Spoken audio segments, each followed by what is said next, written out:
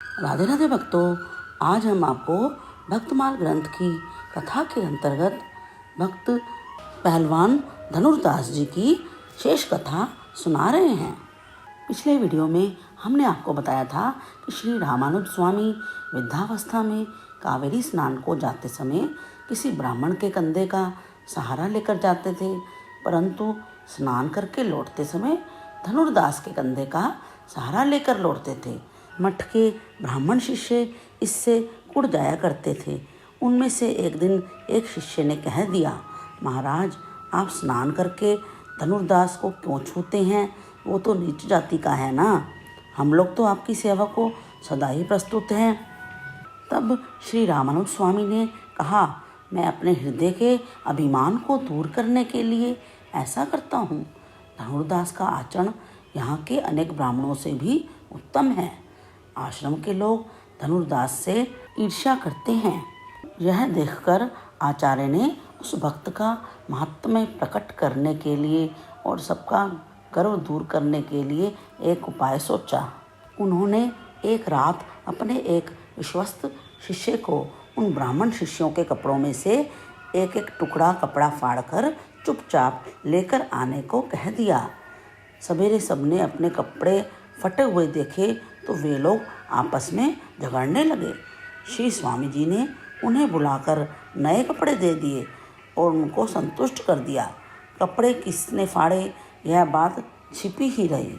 कुछ दिनों के बाद उन्हीं शिष्यों में से कुछ को बुलाकर स्वामी जी ने कहा, आज हम धनुर्दास को यहाँ अधिक रात तक सत्संग में रोक कर रखेंगे। तुम लोग उसके घर जाकर उसकी पत्नी हेमांबा के गहने चुरा कर लाना और लाकर हमें दे देना। अंधेरा होने पर वे लोग धनुर्दास के घर चले गए।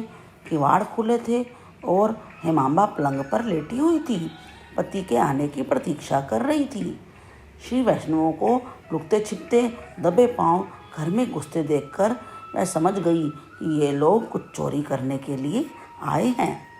मन में यह बात आते ही उसने अपनी आंखें बंद कर ली और झूठ मूठ खर्राटे लेने लगी। उसे इस प्रकार से बेसुध सोते हुए देखकर उन आए हुए लोगों ने उनके शरीर पर एक ओर के गहने जो ऊपर की तरफ थे धीरे धीरे उतार लिए। हेमांबा ने सोचा कि ये लोग तो शरीर के दूसरी ओर के गहने भी ले लें तो अच्छा है। उसने जानबूझकर करवट बदली, किंतु आए हुए लोगों ने समझा कि वह नींद से जगने वाली है। वे लोग भाग गए। मठ पर जब ये लोग पहुंच गए तब श्री रामानुज स्वामी ने धनुर्दास को घर जाने की आज्ञा दे दी। उसके जाने पर उन लोगों से कहा, अब तुम लोग छिपकर फिर धनुर्दास जी के घर जाओ और देखो कि वे स्त्री पुरुष आपस में क्या बातें करते हैं।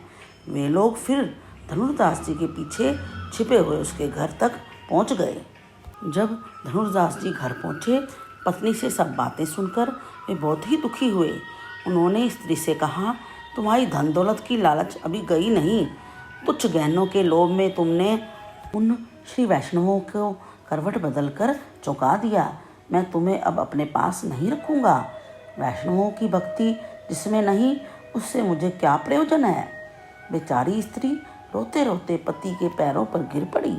उसने कहा, नाथ, मैंने तो करवट इसलिए बदली थी कि शरीर के दूसरी ओर के गहने भी वे लोग ले लें, पर मेरे दुर्भाग्य से वे भाग गए। मेरे अपराध को क्षमा कर दीजिए। अब मैं बहुत अधिक सावधान रहूँगी। इसी प्रकार धनुर्दास ने उसको क्षमा किया।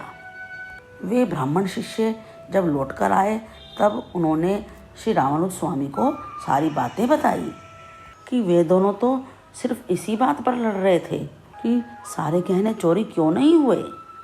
तब श्री रामानुजाचार्य जी ने उस दिन के फटे हुए कपड़े निकालकर उन शिष्यों को दिखाते हुए कहा, तुम लोग इतने से कपड़ों के लिए झगड़ रहे थे और धनुर्दास की वैष्णव भक्ति तुमने देखी कि गहनों के चोरी होने का भी उनको दुख नहीं था।